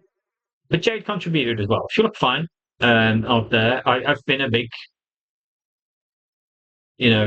skeptic, and I've had a lot of criticism for Jade in the past on this channel already so far this year. It was even worse last year, trust me, for long periods. But yeah, credit where she. I think they did well tonight. I think this was the best of the women's matches. I don't think that was particularly hard, not gonna lie, because I think the tag match was outright bad. I mean, the triple threat was nah. But yeah, I think this was good. This was good. It kind of had to be, man. It was Jade's first defense in like over 100 days. She passed the 100-day mark in her reign the other day. There'd been about a month's build up to it, which is a decent amount. They had to deliver, and they did, I think. This match went about 10 to 13 minutes, I estimate. I do kind of want to check how long it did actually go. Because this may be Jade's longest match in like a long, long time. Yeah, I liked it. I enjoyed it. And as for the outcome, I don't think it was ever in doubt, was it? Jade was, Jordan Grace is never going to win after a month where she's faced kind of no one. She squashed Alba, and that was it, I think. Did she squash Chelsea as well? I think Jade squashed Chelsea in a non-title match. Yeah, I'm pretty sure Jordan Grace, all she done in the main roster is squash Alba. And then she looked good in the Rumble. She wasn't in it long, but she eliminated 3 women. It got backstage. Maybe City Machine Guns. Remember them? Fucking disappeared.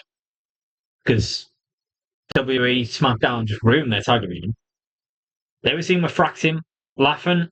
I knew they were laughing out right away. It's Gargano. Johnny Gargano last week was paid to show up to the arena and lie face down on a production crate and say nothing. He was planking. This motherfucker was planking. It's been how many years? 15, 20 years since this was a crate. Anyone who ever did this shit fucking needs a lobotomy. Check. Because they've surely had one. I never really understood this crate. I mean, it's fucking ridiculous. But this dude was just planking. And I'm like, what the fuck did they do? No wonder Ciampa left. Ciampa left and became a champion in AEW the same night, I think. Like the first night. Oh, poor Johnny. He deserves so much better. Johnny Gargano's so great. How many 5-star matches he was in NXT? Like, He was still in. He'd sat up this time. He was still in consulate, sat there on a production box. Candice LeRae, his wife, is trying to cheer him up. Fails. Why is he even unhappy? He's unhappy because he lost a match where he lost the mask he'd stolen. And it turned out there were two masks anyway. That Axiom had. So why was Axiom Bob? Sangles fucking shit. The sooner they get the tag titles on an actual tag team, get someone in to team with Gargano. If you're not going to get the Lucha Brothers back together, get Rey Fenix with them. Even if it means sending Phoenix heel. So be it. Do it. Gargano will eventually follow Ciampa to AEW. So I feel that because he's a great wrestler and he did it better. Machine Guns, love them. Fraxon, love them. They've just not done all that much for a long while. Maybe there is a better future for them because after Candice LeRae had failed to cheer up Gargano, she then literally wheeled him away. She just wheels him off like a fucking baby sulking his prom. The MFTs walked past Solo. Solo saw the two teams, MCMG and Fraxon, said if they want a tag match, you need to get in line. It's like, what line? The fuck? They are the line, you stupid. Shit's done. They went to a locker room. A picture of what looked like Solo Sikoa's head as a lantern was on the door. And obviously, that was a whole story behind them and the Wyatts. They stole the Wyatts. When you say this, it's even worse. Well, when you say it aloud. The whole story was they stole the Wyatt Six lantern and they were going to give it back. So we went from an Axiom versus Fraxion versus Gargano feud centered around stolen mask to this. Maybe they could have bonded over that. MFTs and Fraxion. Or Gargano, I guess. Maybe that would cheer up Gargano. Oh, we know what it's like to steal something, all you've got to do is just not lose it, dickhead. I guess that wouldn't cheer him up. But Solo ripped it off. Then there was the brief Wyatt Six effects over the screen. I just don't give a shit. I don't care. Why are we still doing Wyatts and MFT? I thought it would end after the tag championships were taken. Like I said, these tag championships need to go on a serious fucking team. I'm beginning to fear now as well that they're going to have Mello and Ilya team up and kind of go for them. I guess it's a good thing to do in the meantime, and it might delay the US Open Challenge, so it's more likely that Mello's still with the US Championship going into Mania. So I think Mello should be on the Mania card, but there's no way in hell he's going to be on the card unless he has that title. If that is the end result, I don't mind it so much. But get these guys out there, get Fraxim and MCMG bringing together again. It's not just that these teams haven't been disappeared for a long time. It's that when they're coming back, they're against MFT and shit like that, and I just don't care to see that. So whatever. We had another vignette over Femi. The ruler, fucking love Femi. What a feature he's got ahead. I will say this first and foremost.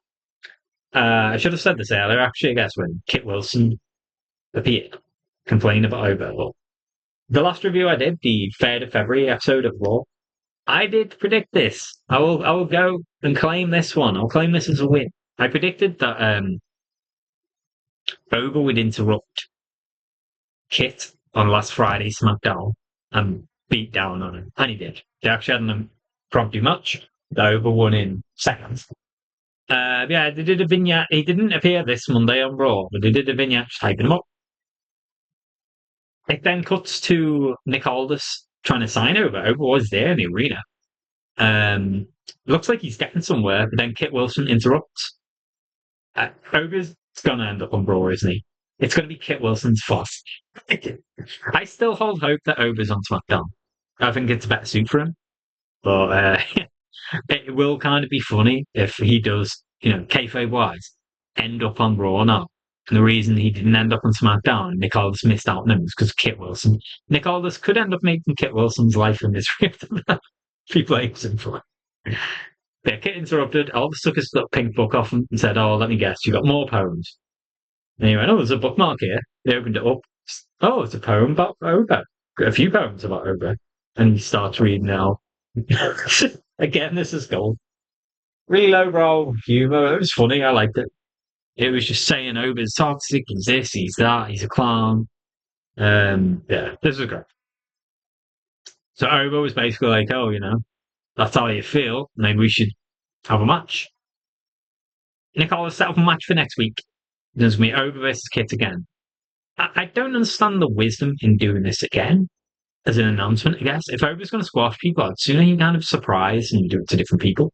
But I suppose they don't want to bury too many people as well. I say bury. It's not like if you're getting squashed by Oba, it's not burial. This guy is, in my opinion, the guy for the next 20 years. He is the one. He's fucking Neo. You need to make him the guy. As amazing as a Braun Breaker and a Dom and a Mello and all these young guys are, Javon, the young OG, Oba's the guy. I just, I don't see much of a point in it. Still, I don't know. Gets Kit on TV, gets Over on TV. They're still dragging this out. Who's he going to sign with? I don't suppose they're going to announce this until after the Chamber because I think what they're doing right now, and I agree with it, I'm not going to lie, I think they're keeping Oba away from the Chamber. A lot of people online, get Oba in the Chamber. Oba has to qualify. Why is he not in qualifiers yet? Etc. Etc. If Oba's in qualifiers for Chamber, he must win the qualifier. He must go into the Chamber. He must win the Chamber. It makes no sense to be beating him so early. He's not going to factor into the WWE Universal Championship. WrestleMania. Sorry. People expect that. It doesn't make sense either. And, such a beast he is. I think if they were going to, and I was actually pulling for this, if they were going to go this route, they should have had him win the Rumble. I would have been receptive to that, honestly. Have him win the Rumble and then just go after someone, Drew or something. But they wouldn't have him go in the Rumble, do the stare down with Lesnar, lose in the Rumble, even though he looked great. He was made to look dominant. He had the joint most eliminations with Reigns. He lasted for like 40 minutes or whatever the fuck it was. At the end of the day, he didn't win it. So you can't afford to have him take too many defeats. So I think that's why they're dragging this out on, he won't choose a brand. He's still being courted by Pierce and Aldis. There is only one last chance for him to get in there because there's only one last Chamber match to be announced, which is for not this week's Monday Night Raw, but the next week's. So we'll find out that match on Monday Night Raw coming up. Speaking of Chamber matches, Charlotte Flair versus Nia Jax versus Kiana James was announced for next week. This will be the final qualifier match from SmackDown's women. And the big news is no Bianca Belair. A lot of people were still holding out hope to get in the Chamber last minute. Maybe they're going to try and play it by ear, get her in. I think it's pretty clear she's not coming back until after Mania at least. I'm honestly beginning to fear she may never come back. Maybe her injury will just won't heal. I don't know. I think rumor had it she held off on surgery for quite a while, hoping it would just heal, and thinking that surgery might keep her out for longer than it otherwise would if she just let it heal naturally.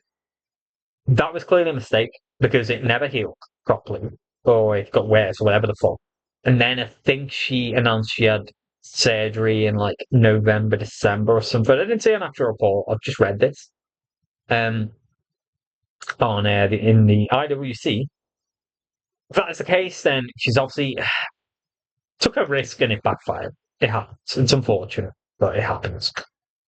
And yeah, it could be like a really long while at the end of the day. But it is what it is. Clearly, she's I don't see her coming back to Mania in any picture if it's not for a title. So obviously she's not getting that now. You'd run a big risk if you came back and just got inserted into the title match at like weeks' notice anyway. Uh,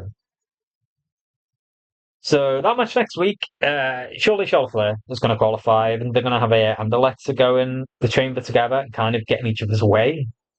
Personally, and I've been saying this for a long, long time, I would have had Alexa in the chamber, Charlotte dethrone Jade before Mania, and have Charlotte versus Alexa. A heel Alexa who's turned on Charlotte by this point after she won the chamber and was like, "Oh, so you're my opponent?" Bam, Sister Abigail DDT. That's for taking me out of the Rumble. Like, fuck you. When it comes down to it, it's all about the Queen kind of thing. I would do that as a Mania match because my God, like, what story does Jade have to build with anyone? There's nothing. There's nothing there. Jade stocks did go up a little tonight, though. So I'm a little more receptive to Jade versus someone.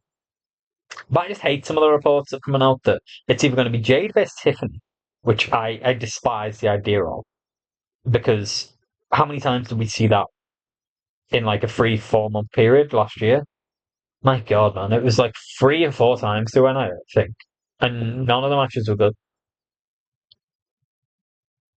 The alternative is Jade versus Charlotte, in which case I think that's an absolute disgrace to Alexa, who got Charlotte over and got Charlotte into that position to maybe have fans pulling for her to go into a Mania match again, uh, title for a title. Who knows? Who knows what they're gonna do? Maybe they'll do Charlotte versus Alexa versus Jade. Maybe they'll do that, then add Tiffany, do a fake four way. It's possible. Could end up with a fatal four way or triple threat for both SmackDown World Championships.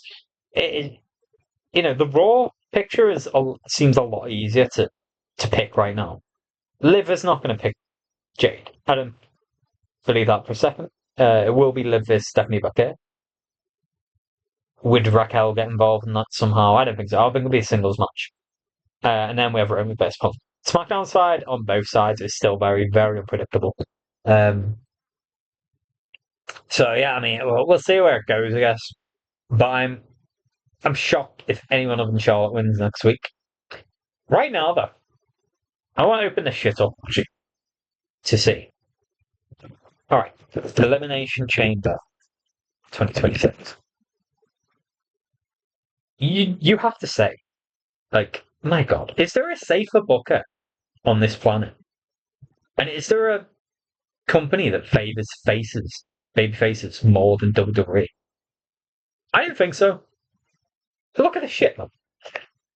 At the end of the day, the bad thing is I can't even say like I disagree with it too much because these were the three biggest and favorite names to go through each match. But the chamber matches so far, we have Randy Orton versus LA Knight versus Cody Rhodes. Three baby faces. The women's one, Tiffany Stratton versus Rhea Ripley versus Alexa Bliss. Three baby faces. And I'm sat here predicting next week fucking Charlotte Flair to win in the women's one, which would be a fourth baby face. Like, Jesus, man. Like, you've got some heels in this, man. Like, what the fuck is it? It's with something like the chamber. It doesn't matter so much. It's more about having like a good match. You just want to see a great match, and whatever happens, happens. But Jesus, like it's pretty predictable. It really is. Uh,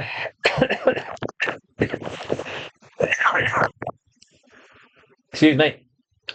Just for the main event, Drew McIntyre was seen backstage with Cappy Kelly. He trashed Cody and Fatu, as you expect. The latter one, he made reference to him being a home behind bars, so he expects he's extra keen to get in the chamber. Sami Zayn walked by, and he was like, "Oh yeah, come on, have a go. I know you're about to talk about me too." Drew said, "No, he's not actually." He said he remembered when he was going for the title. Sami said a big part of him, a little part of him wanted Drew to win.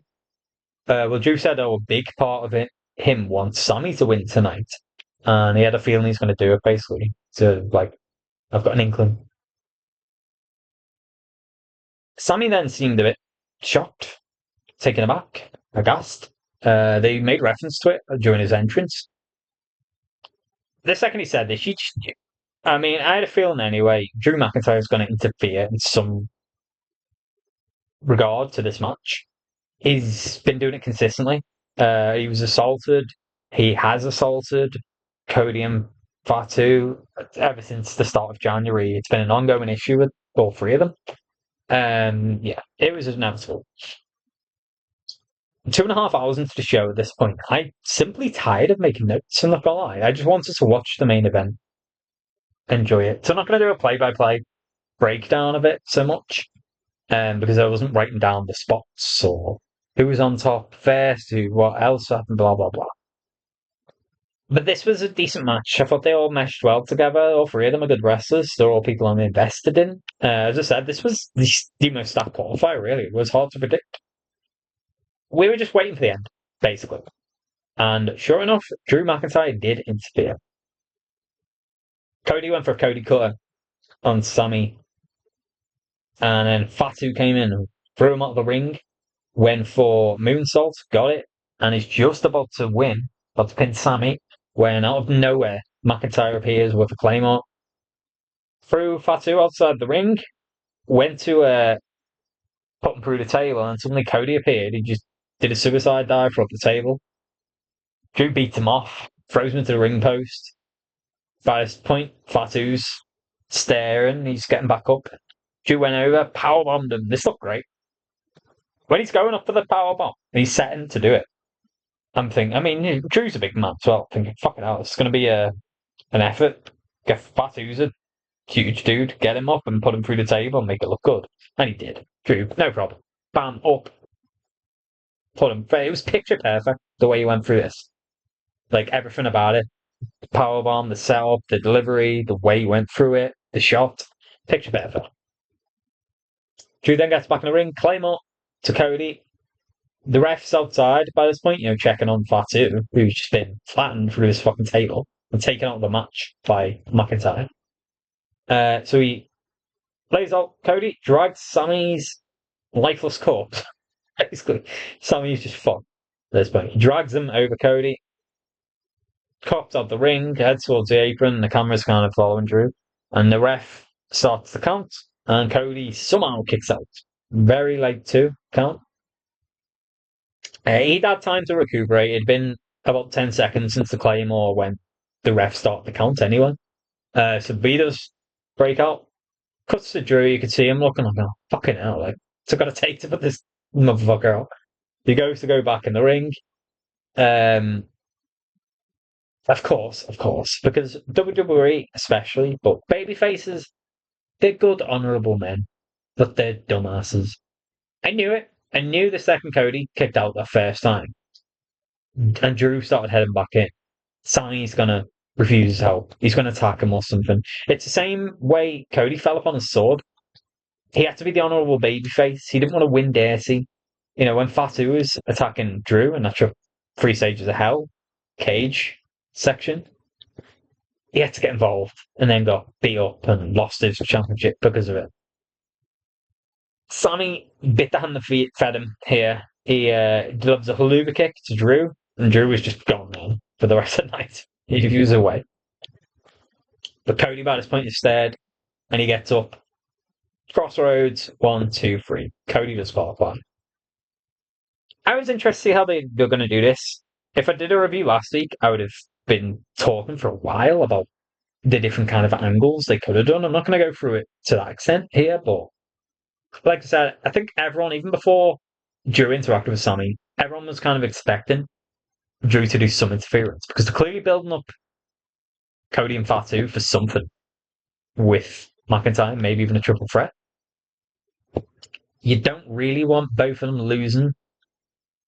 We don't really want any of them losing, let alone both of them. So I was curious to see how they're going to get one of them in. If they even do that, maybe Sammy gets in, Drew fucks them both up, which he tried to do. I thought Sammy would. Honestly, that kick out from Cody, I thought that was just going to be it. It was going to be Sammy. But from the other perspective, WWE does tend to Yeah, that's stupid. They need to sell tickets at the end of the day. They tend to put the biggest names in. That's why Alexa qualified tonight over Julia. That's why Rhea qualified over Lyra. Julia and Lyra are great. The stars for the future, but the biggest stars are still Rhea and Alexa. It's the same with Randy last week. He had to be in. Cody was too big a name to have him. Cody is going to win the chamber. I'm almost certain of this. I don't see any world in which he doesn't win this. Once you've got him in, that is to get to taking on Drew. Now the question, like I said before, is just are they going to implement Fatu into this match somehow? I could see it being maybe Cody wins the chamber, and then they go and try and do kind of similar to what Michaels did to Benoit in '04 during like the signing, the contract ceremony bullshit they like to do. They wheel that out on screen whenever a story fits. Maybe Fatu gay crashes it, beats on them both, and signs it himself. And thus he's inserted into the match as a triple threat. That's exactly how the WrestleMania 20 main event came to be, with Shawn Michaels getting in. Yeah, something like that I could maybe see happening. If Sammy had gone through and both Cody and Fatu would have been out, it would have been a harder sell. I'd have maybe thought maybe that's Randy's in. Randy wins the chamber, but then the other two get in through shenanigans, through story developing between them all. Who knows, man? It might just be Cody versus Drew. I'll say this was a decent match. I still think Trick Ray from the quality per minute that I saw was the best match tonight. The most surprising match for me, in terms of I thought it was decent, was Jade versus Jordan Grace. Again, props to Jordan Grace tonight. I thought looked great in the ring. But this was fun. This was a good main event. This was fine. Cody Rhodes, Randy Orton, Aleister Black's premonition came true. They are both going to be in the chamber. Is there a world they dissolve in there somehow? And there is a big shock? I don't think so yet. I just don't see it. I feel like Cody will eventually win the championship back this year. That's when Randy turns heel. Or vice versa, maybe. It wouldn't surprise me if you told me right now Randy Orton is going to win his 15th World Championship this year. I wouldn't argue with it. I would believe that for sure. Would Cody then turn heel? I think that story's coming. I just don't see it at Mania. And yeah, if tonight's anything to go by, maybe we are headed towards Aleister Black versus Randy Orton Mania. Yeah, I don't think anyone saw coming, but if they want to get Black over, that's the way to do it. How does Fatu respond to this? What's Drew going to do until Mania? Is Fatu going to interfere in the chamber? Can't rule well out. It's got me interested. For so long, SmackDown's main event scene was so boring. This story headed into it, it's going to be better than Roman and Punk. For as incredible as that Roman Punk segment was, the night after Mania, easily the best shit I've seen on TV this year and in wrestling. It can't compete with SmackDown right now because Roman's disappearing until after Chamber. He's actually appearing in more Raws than I thought he would. It's 5 Raws between the Chamber, which is end of February. So 5 Raws from the start of March to Mania, which is April 18th, 19th, somewhere. So I think he's only missing like 1 or 2 Raw episodes in that time. So yeah, it's more than 4, but it's going to be like 3 or 4 Raws in a row he misses. So SmackDown's main event story and how they're going to get there is fascinating me. SmackDown is the topic right now. It is the real news. It's real where most of the speculation's coming from. Because as I said, I feel like Raw's big championship matches are kind of set in stone. A lot of them are. But yeah, I think this is going to be interesting. I still would be shocked if anyone other than Cody Rhodes wins a chamber. I'm almost certain it's going to happen after he won that tonight. After Drew interfered and he still fucking won. Like, I'm sure there'll be some people saying Cody Hogan online or some shit. Um, if one of them had to win, Cody or Fatu, I'd sooner have been Fatu and Cody just politics his way in there somehow. And maybe that's a hint at his future, a bit of fuel to the fire for if he does eventually turn heel. So I think the fans still love him. Obviously, he's great. People who say Cody aren't great, right, for whatever reason, they're just idiots. He's great at what he does. I think the fans are still kind of like receptive to the idea of him being a heel, and they would boo. They were giving the pantomime boos, like Dirty Dom. They gave him the pantomime boos. They did it again tonight, but then they start shooting Dirty Dom. It would be like that. Yeah, overall, I think decent episode of SmackDown. I'll give it a 7. That might be generous. Yeah, 7's fair. 7 out of 10. Monday Night Raw coming up on no, Monday Night Raw coming up on Monday. No shit. Raw coming up on Monday. We have I don't know what other matches they've set, but I'll just go over the chamber ones. On the women's side, Bailey versus Asuka versus Natty. I'm going to assume Asuka's qualifying here. They need a heel in the chamber for optic. They still don't have one in either chamber. I don't really care who advances, honestly, out of Bailey and Asuka. I don't want Natty advancing because she's just not over. I don't dislike it if she does. She's just by far, my least preferred option. I'm still a little surprised how they set this up. I mean, who's Io going to be up against, don't you think? It's Rhea, Lyra, and Ivory, the other one. So it would be Maxine versus Io versus Roxanne, maybe? Yeah, I guess that's going to be the last qualifier. See, I would sooner have had a Roxanne in there. I don't want to be harsh. I'm not entirely sure any of these three women I would have put in. From the Raw side, you already have Rhea. Io will therefore go in. I think that's a given. I feel like it's the same with Alexa and Charlotte. You can't have one of them in there and not have the other. Um, but I just don't see why they didn't have Roxanne as the third. I guess she's going to be involved elsewhere with the Liv story, but at the same time, Raquel's kind of Liv's taunting Jade Cargill via Raquel, and Raquel's doing it herself, almost as if, oh, maybe she'll take you on, take your title. Oh, I can't Rox. Where the fuck is she?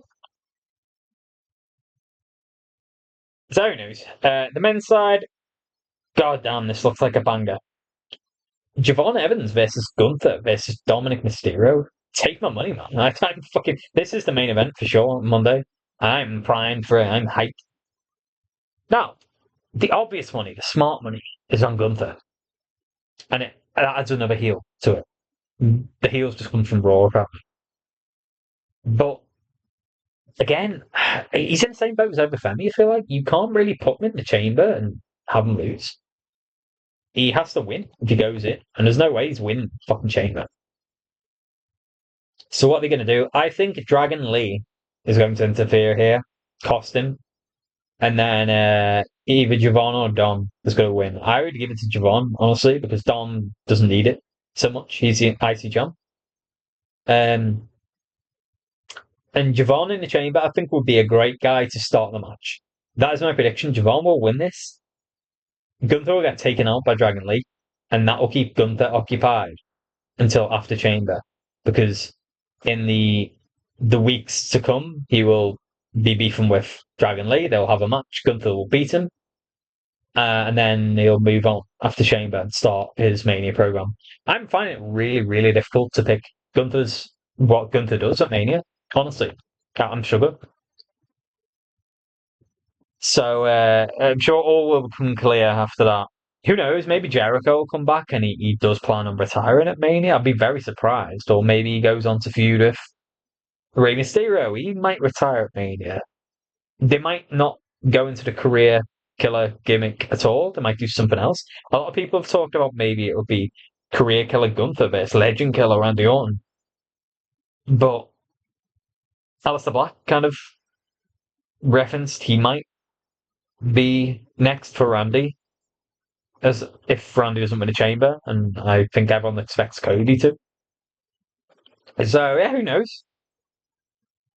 But I think that would tide him over with Dragon Lee until then, and it protects him from a defeat here and going into the chamber and losing.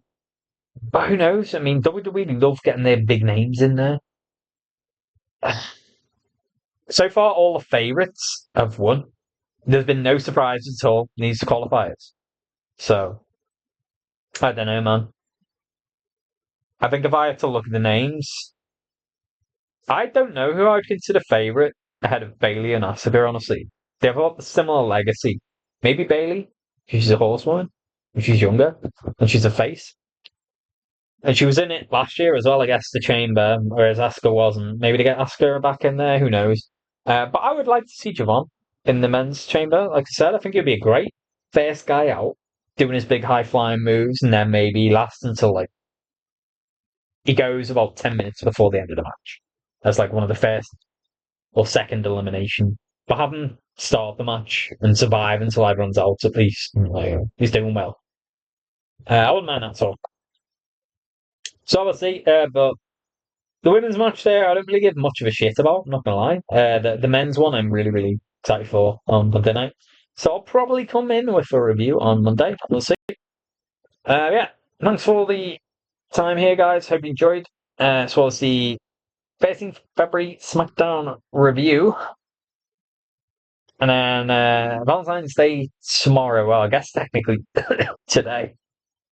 No, because we've run past midnight. So I hope you guys have a good one. Have a lot of happy times with the missus, etc. And yeah, I'll see you guys possibly on Monday if the show is good enough to review. Let's see. Because Raw's a bit hit on this lately.